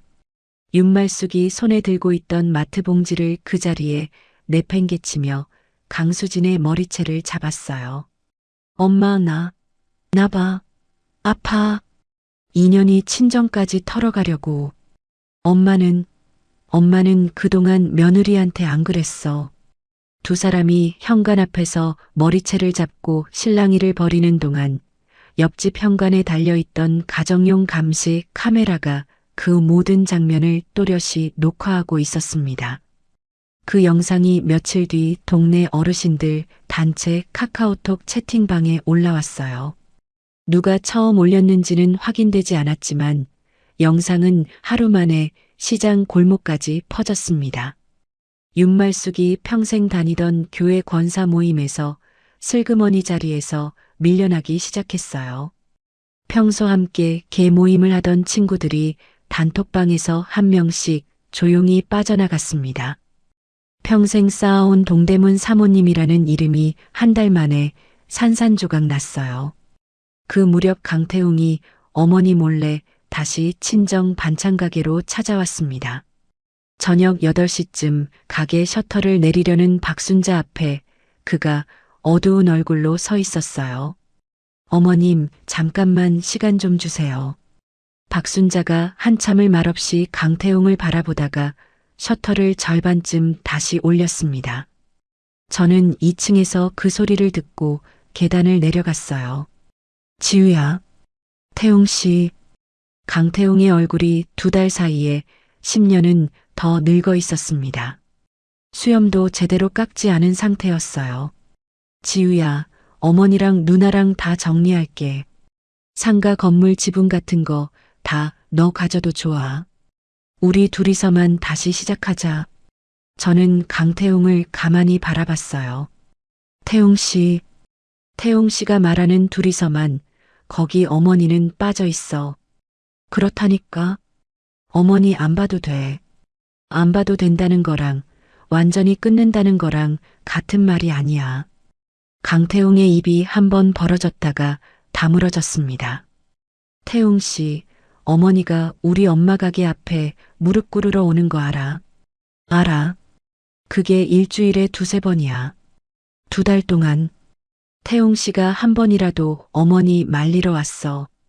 태웅 씨가 어머니한테 그만하시라고 한 번이라도 말한 적 있어. 강태웅이 두 손으로 얼굴을 가렸어요. 지우야, 어머니가 내 말을 들어야 말리지. 그게 답이야, 태웅 씨.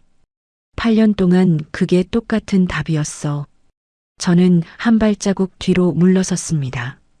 박순자가 카운터 뒤에서 가만히 그 모습을 지켜보고 있었어요.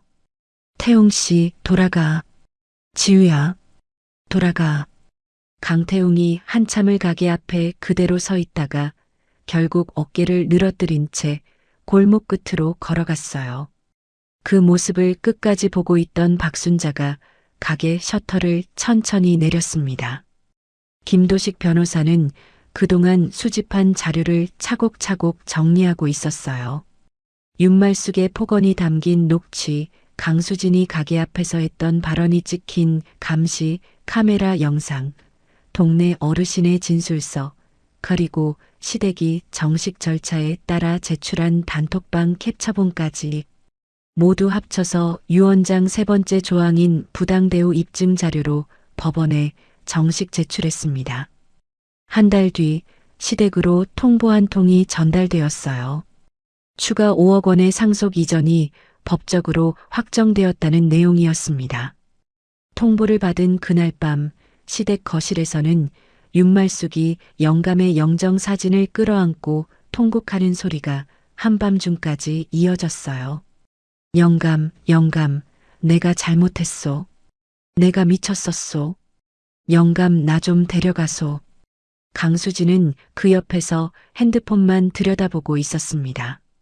강태웅은 안방 침대 가장자리에 걸터 앉아 양손으로 머리를 감싸쥔 채 한마디도 하지 못했어요. 저는 그 시각 친정 2층 방에서 김도식 변호사가 보내준 확정 통보 사본을 손에 들고 있었습니다. 박순자가 옆에 앉아 제 어깨에 손을 얹었어요. 저는 종이를 식탁 위에 천천히 내려놓았습니다. 머릿속에서 한 가지 생각이 또렷이 자리를 잡고 있었어요. 이제 마지막 한 장면이 남아 있었습니다. 이혼 조정 첫 기일을 일주일 앞둔 봄날이었어요. 저는 종로 김도식 변호사 사무실 응접실에 앉아 두툼한 서류 한 묶음을 검토하고 있었습니다. 위자료 청구 금액과 재산분할 비율이 마지막 줄까지 정리되어 있었어요. 며느님, 네, 변호사님. 한 번 더 확인해 드릴게요. 위자료 1억, 재산분할분 약 4억, 그리고 어르신 유 원장에 따른 추가 유증 5억. 합쳐서 10억 원입니다. 저는 손가락으로 숫자를 한번 짚어봤어요. 네, 맞습니다. 이혼 조정과 동시에 며느님 명의로 이전됩니다. 저는 김도식의 얼굴을 바라봤습니다. 변호사님, 부탁드릴 게 하나 있어요. 네, 말씀하세요. 제 명의의 통장에서 정확히 2억 원을 꺼내주세요. 김도식이 한번 눈을 들었어요. 2억이요. 네. 5만 원권 다발로요. 저는 가방 안에서 작은 메모지 한 장을 꺼냈습니다. 검은색 쇼핑백 2개에 나눠 담아주세요. 김도식이 한참 동안 메모지를 바라봤어요. 며느님. 네. 제가 그 의도를 여쭤봐도 되겠습니까? 네, 변호사님. 저는 두 손을 무릎 위에 모았습니다. 2달 전 그날 밤 어머님이 저한테 던지셨던 그 2억 원. 김도식이 천천히 고개를 끄덕였어요. 같은 무게로 되돌려 드리려고요. 김도식이 한참 동안 말이 없었습니다. 저는 그 침묵을 가만히 기다렸어요. 며느님. 네. 어르신께서 살아계셨다면 며느님이 이 결정을 하셨을 때 뭐라고 하셨을지 알겠습니다. 잘하셨다고 하셨을 거예요. 저는 가만히 미소를 지었어요. 8년 결혼 생활 동안 시아버지의 그 따뜻한 눈빛 하나로 모든 걸 견뎌왔던 시간이 그 한마디로 마침내 자리를 잡는 느낌이었습니다. 이혼 조정 전날 오후 2시였어요. 저는 김도식이 준비해준 검은색 쇼핑백 2개를 양손에 나눠 들고 택시에 올랐습니다. 박순자가 옆자리에 함께 앉아 있었어요. 엄마, 가게는 오늘 닫았다. 너 혼자는 못 보낸다. 엄마, 나 혼자 갈 수 있어. 지우야. 박순자가 제 손등 위에 손을 얹었습니다. 엄마는 가게 앞에서 기다릴 거다. 안에 들어가지 않는다. 그래도 차 안에서 너 나올 때까지 한 발자국도 안 움직일 거다. 저는 박순자의 손을 한번 마주 잡았어요. 택시가 시댁 아파트 단지 앞에 멈췄습니다. 박순자가 차창 너머로 저를 가만히 바라봤어요. 엄마, 다녀올게. 천천히 다녀와라. 절대 서두르지 말고. 저는 두 손에 쇼핑백을 나눠들고 단지 안으로 걸음을 옮겼습니다. 엘리베이터를 타고 12층으로 올라가는 동안 저는 7개월 전 같은 엘리베이터에서 캐리어를 끌고 내려가던 그 밤을 떠올렸어요. 그때 거울에 비친 제 얼굴에는 눈물 한 방울도 없었습니다. 지금 거울 속에 비친 제 얼굴에는 입꼬리가 가만히 올라가 있었어요. 현관 앞에 도착해 초인종을 눌렀습니다. 안에서 발걸음 소리가 들렸어요. 문이 천천히 열리자 강태웅이 그 자리에 굳은 채 저를 바라봤습니다. 지우야, 태웅 씨, 어머님 계셔. 형님도 와 계신 거 알아. 강태웅이 한 박자 늦게 옆으로 비켜섰어요. 저는 두 손에 쇼핑백을 든 채로 거실로 천천히 걸어 들어갔습니다. 거실 풍경이 7개월 전 그날 밤과 거의 같았어요. 소파에는 강태웅이, 식탁 옆 의자에는 강수진이, 그리고 거실 한가운데 윤말숙이 앉아 있었습니다. 윤말숙이 제 얼굴을 보고 자리에서 천천히 일어났어요. 지우야, 어머님. 저는 정중하게 고개를 숙여 인사했습니다. 윤말숙의 입술이 가늘게 떨렸어요. 지우야, 네가 어쩐 일로? 저는 거실 한가운데로 걸음을 옮겼습니다. 그날 밤 윤말숙이 발끝으로 돈뭉치를 밀어내던 바로 그 자리였어요. 저는 두 손에 들고 있던 검은색 쇼핑백 2개를 천천히 윤말숙의 발 앞에 내려놓았습니다. 쿵! 7개월 전 그 밤과 정확히 같은 무게였어요. 쇼핑백이 옆으로 살짝 기울며 안에서 5만 원권 다발이 한 묶음 빚어나왔습니다. 윤말숙의 얼굴이 새파랗게 질렸어요. 강수진이 자리에서 벌떡 일어났습니다. 옳게, 이게 뭐 하는 거야? 저는 강수진을 한번 바라봤어요. 대답하지 않았습니다. 가방에서 작은 녹음기 한 대를 꺼냈어요. 7개월 전 변호사 사무실에서 받았던 그 녹음기였습니다. 저는 거실 탁자 위에 그것을 가만히 올려놓고 재생 버튼을 눌렀어요. 이거 2억이다. 깨끗하게 도장 찍고 나가라.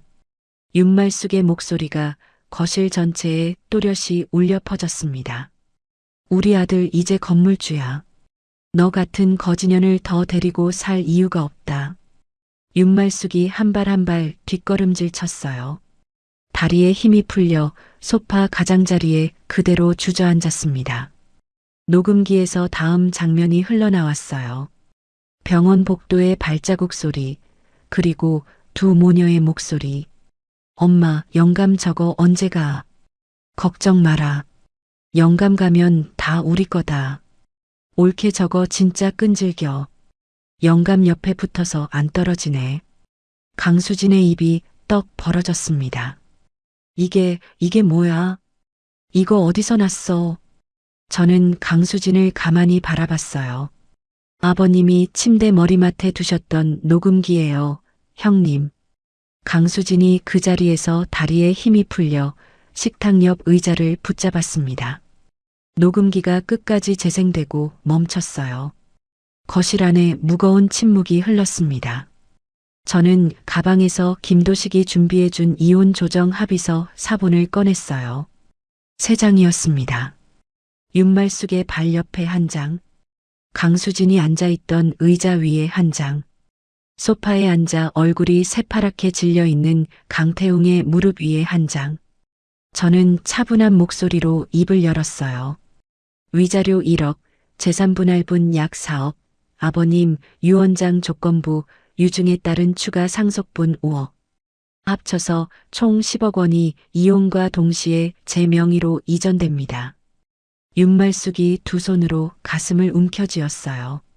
지우야, 지우야, 이건 너무한 거 아니냐? 어머님, 내가 그때 정신을 놨다고 하지 않았느냐? 영감 보내고 정말 미쳤었다. 저는 윤말숙 앞에 한 발자국 더 다가갔습니다. 어머님, 7개월 전 그날 밤에 어머님이 저한테 뭐라고 하셨는지 다시 들으셨죠? 거지년이라고 하셨어요. 윤말숙이 얼굴을 두 손으로 가렸어요. 제가 시집온 첫날부터 어머님이 저한테 그 단어를 안 쓰신 날이 며칠이나 됐을까요? 지우야, 아버님 3년 누워 계실 때 어머님은 한 달에 며칠이나 병실에 다녀가셨어요. 윤말숙의 어깨가 들썩였습니다. 저는 강수진 쪽으로 시선을 옮겼어요. 형님, 그날 동영상 찍으면서 키득거리신 거 영상 그대로 남아 있어요. 강수진이 손으로 입을 막았습니다. 그리고 그 일주일 뒤에 친정 가게 앞에서 제 면전에 거지년이라고 소리치신 거. 그건 가게 처마 및 카메라에 녹화돼서 법원에 제출됐어요. 강수진이 그 자리에 그대로 주저앉았어요. 옳게, 잠깐만 우리 얘기 좀. 형님, 더 이상 옳게라고 부르지 마세요. 저는 강수진의 말을 가만히 끊었습니다. 이제 그 호칭 저한테 안 어울려요. 강수진의 입이 다물어졌어요. 저는 마지막으로 강태웅 쪽으로 몸을 돌렸습니다. 강태웅이 무릎 위에 놓인 합의서를 두 손으로 쥔 채 어깨를 떨고 있었어요. 여보, 내가 평생 갚을게. 진짜야. 한 번만 다시 생각해줘. 강태웅이 자리에서 미끄러져 내려와 무릎을 꿇었습니다. 저는 그의 손을 천천히 떼어냈어요. 태웅 씨, 여보, 제발. 이제 그 호칭도 그만하자. 저는 8년 동안 손가락에 끼고 있던 결혼 반지를 천천히 빼냈습니다. 반지가 손가락에서 빠져나오는 동안 가슴 한쪽에서 어떤 매듭 하나가 조용히 풀려나가는 느낌이 들었어요. 저는 그 반지를 강태웅의 손바닥 위에 가만히 올려놓았습니다. 태웅 씨, 안방 문 닫던 그 소리 아직도 가슴에 박혀 있어. 그게 답이었어. 8년 동안 그게 똑같은 답이었어. 강태웅이 반지를 손에 쥔 채 그 자리에서 흐느꼈어요. 저는 한 발자국 뒤로 물러섰습니다. 거실 한가운데 놓여있는 검은색 쇼핑백 2개를 한 번 더 가리켰어요. 어머님, 이 돈, 어머님이 그날 던지신 그 2억 그대로예요. 받으세요. 윤말숙이 두 손을 무릎 위에 떨어뜨린 채 한마디도 하지 못했습니다. 저는 거실 한가운데에서 천천히 몸을 돌렸어요. 현관으로 걸어가는 동안 등 뒤에서 윤말숙의 통곡 소리가 한 박자 늦게 터져 나왔습니다. 지우야, 한 번만. 강수진의 비명 같은 울음소리가 그 위에 겹쳤어요. 지우야, 잠깐만. 강태웅이 무릎을 꿇은 채 제 뒤를 따라 기어 나왔습니다. 여보, 가지마. 제발 가지마.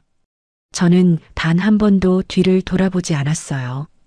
현관문 손잡이를 잡고 천천히 문을 열었습니다. 문턱을 넘어서는 그 순간 7개월 전 캐리어를 끌고 그 문을 나서던 제 모습이 머릿속에 잠깐 스쳤어요. 그때는 등 뒤에서 거지년이라는 한 단어가 등에 박혔습니다. 지금은 등 뒤에서 세 사람의 울음소리가 한 번에 쏟아지고 있었어요. 저는 그 차이의 무게를 가슴 한가운데에서 가만히 느끼며 현관문을 등 뒤로 닫았습니다. 엘리베이터 버튼을 누르고 안으로 들어섰어요. 거울 속에 비친 제 얼굴에 8년 만에 처음으로 진짜 미소가 떠올라 있었습니다. 엘리베이터가 1층에 도착했어요. 단지 입구로 걸어 나오자 택시 뒷좌석에서 박순자가 창문을 내리고 손을 흔들고 있었습니다. 지우야, 엄마. 저는 택시 쪽으로 빠른 걸음으로 다가갔어요. 박순자가 뒷좌석 문을 열어주었습니다. 어떻게 됐냐? 엄마, 다 끝났어.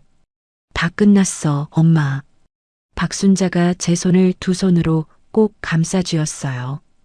택시가 시댁 단지를 빠져나가는 동안 저는 한 번도 뒤를 돌아보지 않았습니다. 차창 밖으로 봄날 햇볕이 부드럽게 비치고 있었어요. 이혼 조정이 끝난 지 석 달이 지났어요. 저는 동대문 상가 건물 1층 한쪽에 작은 카페를 열었습니다.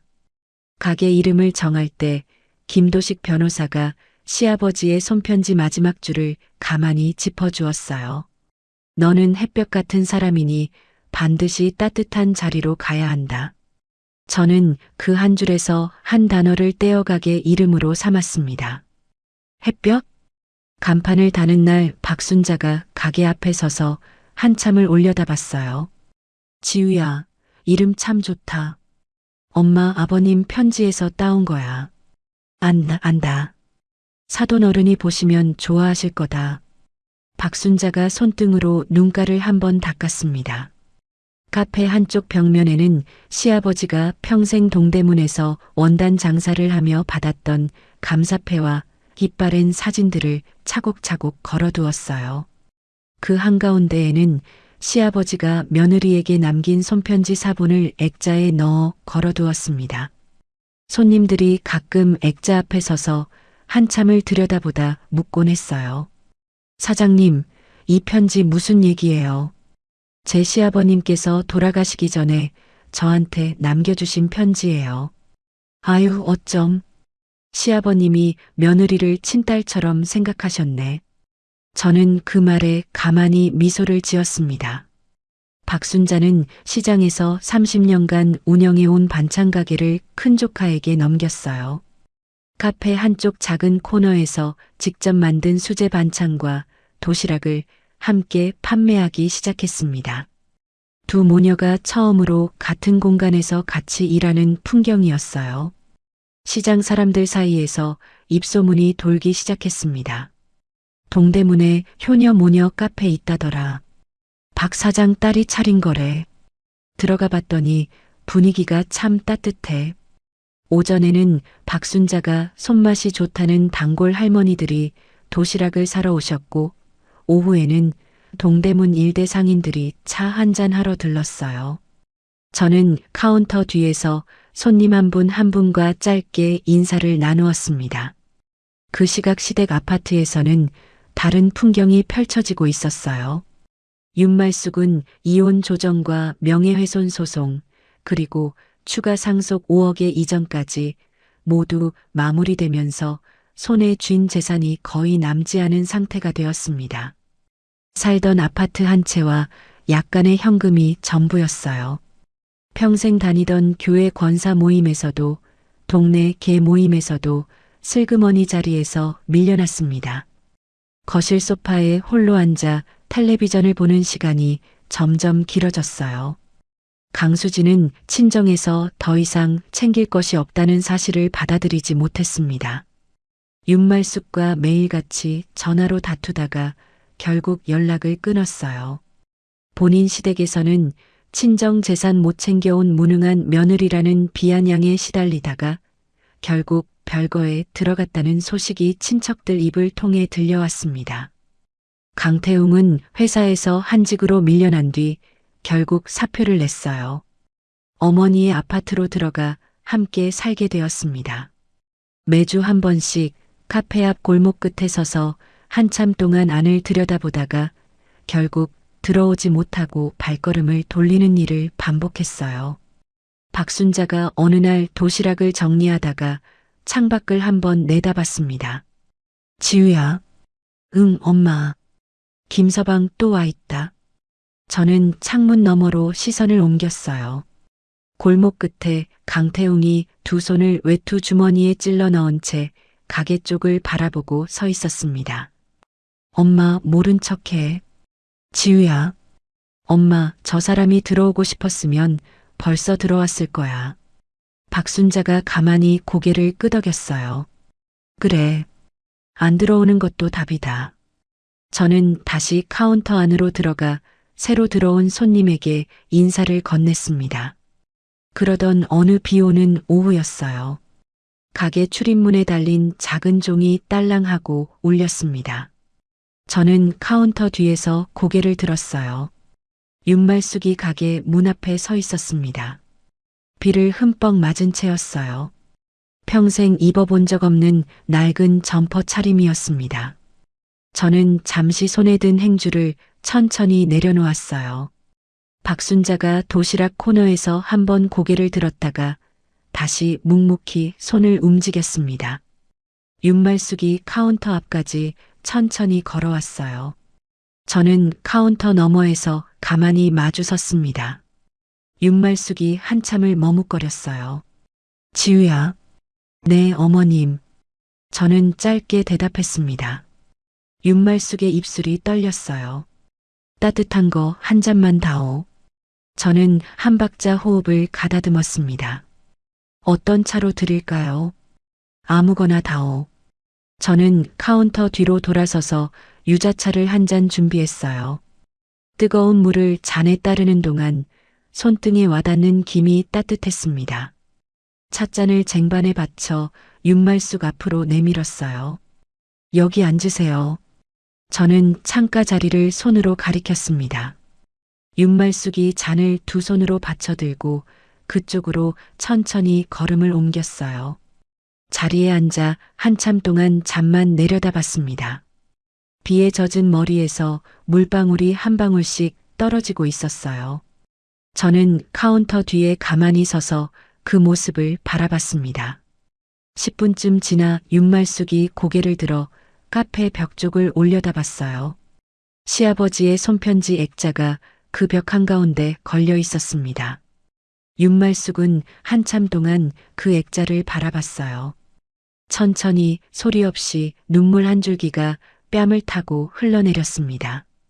박순자가 도시락 코너에서 그 모습을 보고 한번 작게 한숨을 쉬었어요. 저는 카운터 뒤에서 묵묵히 행주를 정리했습니다. 윤말숙은 우는 소리를 내지 않았어요. 그저 두 손으로 찻잔을 감싸 쥔 채 어깨를 가늘게 떨고 있었습니다. 저는 다가가지 않았어요. 뭐라고 말을 건네지도 않았습니다. 7개월 전 거실에서 발끝으로 돈뭉치를 밀어내던 그 사람과 지금 창가 자리에서 비에 젖은 채 우는 그 사람이 같은 사람이라는 사실을 가만히 바라보기만 했어요. 20분쯤 지났을 무렵 윤말숙이 천천히 자리에서 일어났습니다. 찻잔은 비어 있었어요. 윤말숙이 카운터 앞까지 걸어왔습니다. 지갑에서 5만 원짜리 한 장을 꺼내 카운터 위에 가만히 올려놓았어요. 거스름돈은 됐다. 어머님, 차값은 됐다. 윤말숙의 목소리가 평소보다 한 옥타브 낮았어요. 저는 5만 원짜리 지폐를 한번 내려다봤습니다. 7개월 전 거실 바닥에 쏟아져 나오던 그 5만 원권 다발과 같은 색깔이었어요. 그런데 지금 카운터 위에 놓인 한 장이 그날 밤 2개의 쇼핑백보다 더 묵직한 무게로 자리를 잡고 있었습니다. 저는 그 의미를 가만히 받아들였어요. 조심히 가세요, 어머님. 윤말숙이 작게 한번 고개를 끄덕였습니다. 가게 문을 향해 천천히 걸음을 옮겼어요. 문에 달린 종이 딸랑하고 한 번 더 올렸습니다. 윤말숙이 우산도 없이 빗속으로 걸어 나갔어요. 저는 창문 너머로 그 뒷모습을 한참 동안 바라봤습니다.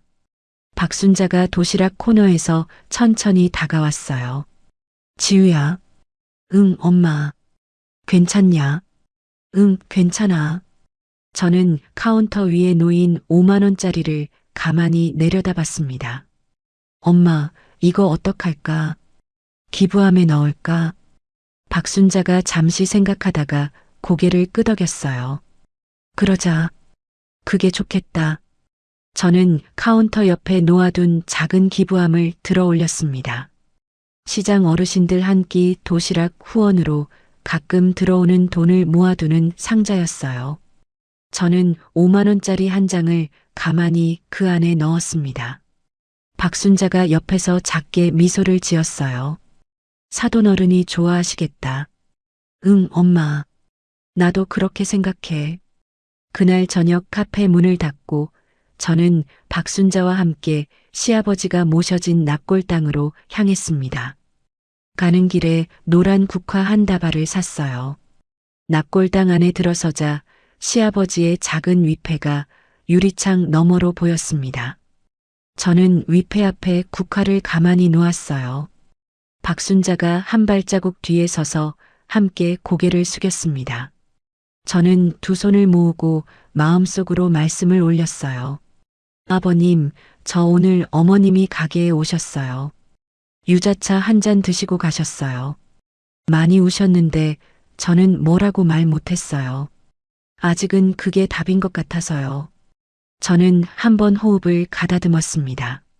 아버님 덕분에 저 이제야 두 발로 똑바로 섰어요. 못다한 효도는 제가 사는 모습으로 평생 갚아드릴게요. 부디 편히 쉬세요, 아버님. 저는 큰 절을 두 번 올렸어요. 박순자가 옆에서 한 번 절했습니다. 납골당 유리창에 저녁 햇볕 한 줄기가 비스듬히 비치고 있었어요. 그 빛이 시아버지의 작은 위패 위에 가만히 내려앉았습니다. 저는 그 빛을 한참 동안 바라봤어요. 가슴 한가운데가 따뜻하게 데워지고 있었습니다. 박순자가 옆에서 제 손을 가만히 잡았어요. 지우야, 가자. 응, 엄마. 내일 또 가게 문 열어야지. 응, 엄마. 내일 일찍 일어날게. 저는 박순자의 손을 마주 잡았습니다.